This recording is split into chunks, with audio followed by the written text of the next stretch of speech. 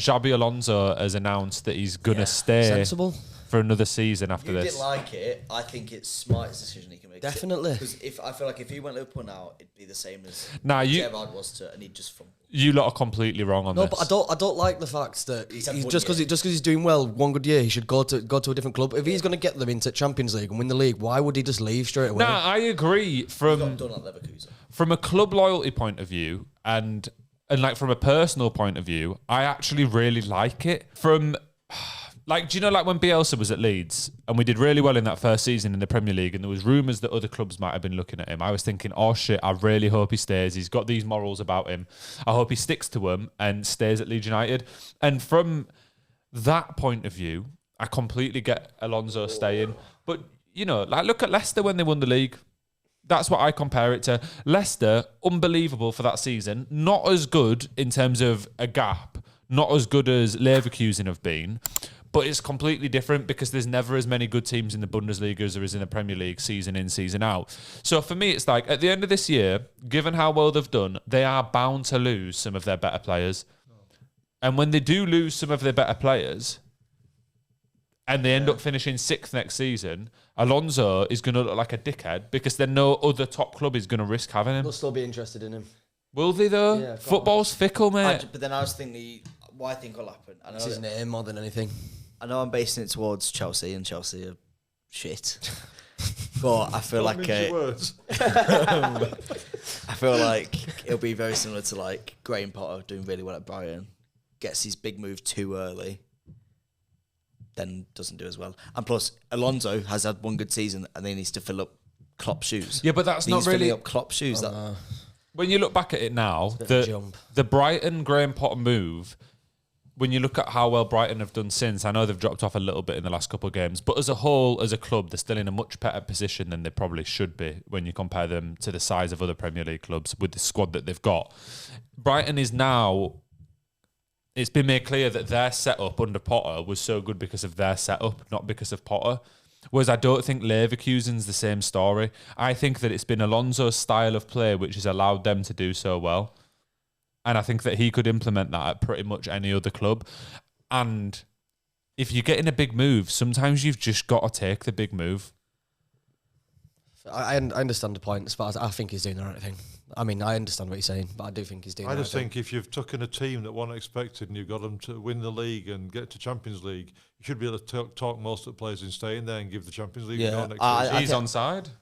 I think it's from the Trossard chance. Yeah. I think you're over-exaggerating a bit when you say people are going to leave.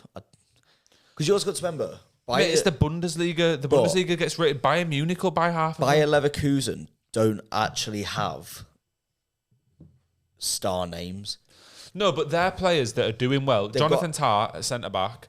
Bayern Munich are struggling for centre-backs. They've got Eric Dyer starting. Do you think they won't just go nab him for 30 Yeah, but they've million? also got Kim Min-jae. Well, yeah, but then are they injury-prone? The question is, how skint will Bayer Leverkusen be if they just won league and they're in Champions League? It's not about how skint you are. Their it's recruitment's very good as well. Long term, though, they will lose a couple of players, and it might because of Alonso's playing style. It might not mean that they do as bad as some other teams. The two they need to keep is Frimpong and Florian Wirtz. If they keep, and maybe Victor Boniface. And do you not think that someone's going to come in for Florian Wirtz? I think this isn't even his first good Florian season. Wirtz this season will be the player that gets rumoured for 80 million to everybody, but no one actually pulls the trigger. Like he has been for the past 3 seasons. I don't think many of them would be in that much of a rush to abandon ship because they've got, like I said, they've got Champions League to play next season. If they're a successful team, then they can just keep going. And he's obviously laid out his vision, and he'll. Boys, I feel like you.